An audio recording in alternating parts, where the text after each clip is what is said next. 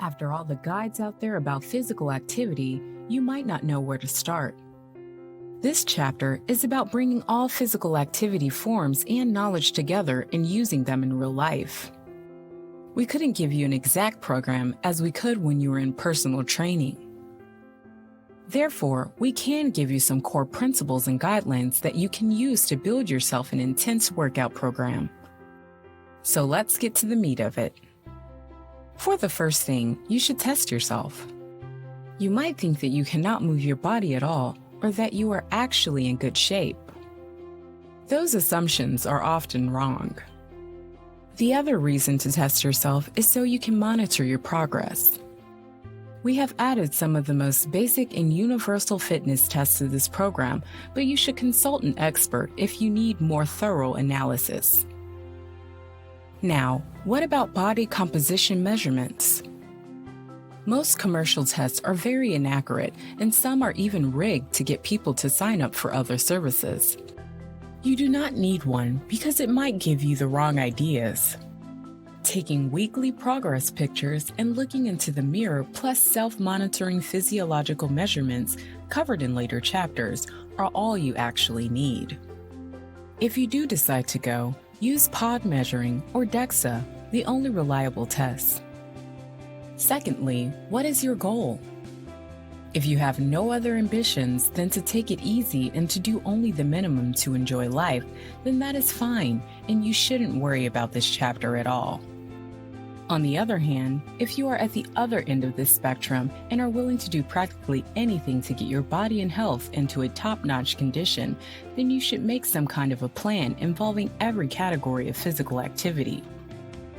We continue with the assumption that you are one of these kinds of people. If you are like most people, then you are excited and want to get to the results as fast as possible.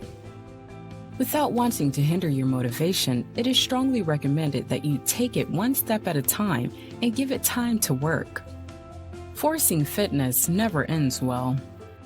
Make a plan for 3 to 6 months at a time when you are starting. Start with low-intensity aerobic training and bodyweight strength training. When intensity is low and you are just starting to build your core fitness level, adding time is more important than adding intensity.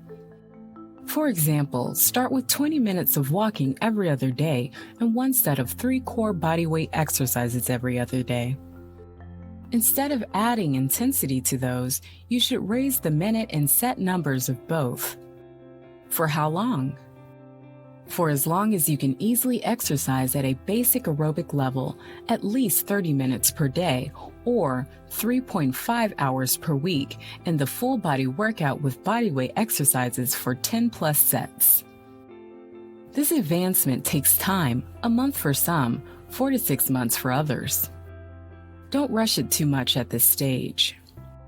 The pushing stages come later when your body and mind is ready. We will go over creating an effective workout plan in another chapter. What we will go over is recovery and overtraining. We'd rather you get to your goals a little slower than get injured and burnt out.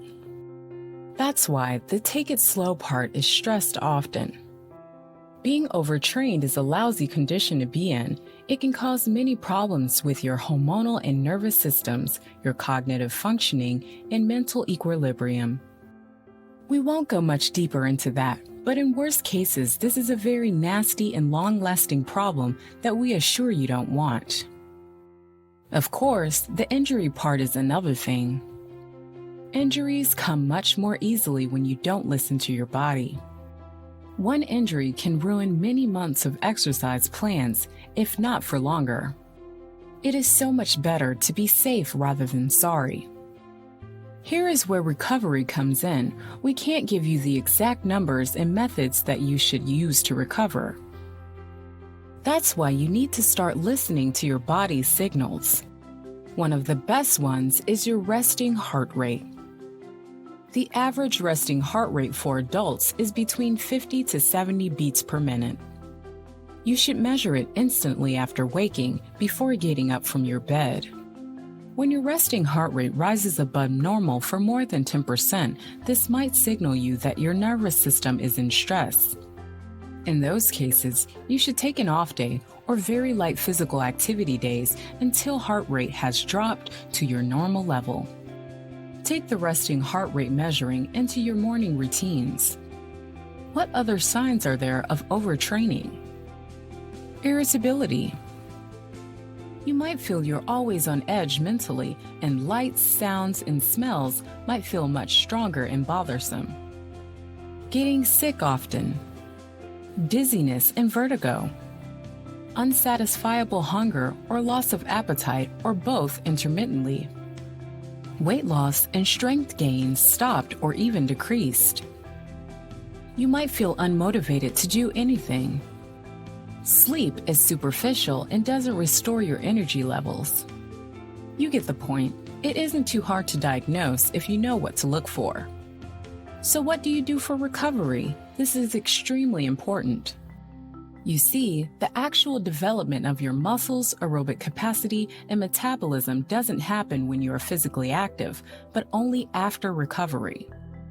There are some core things you must offer your body and mind to get those benefits. Quality sleep, the life fuel of well-functioning body and metabolism. Nutrition. It is hard to recover well on low calories, too little protein or carbs, or eating a low-quality food. Active recovery.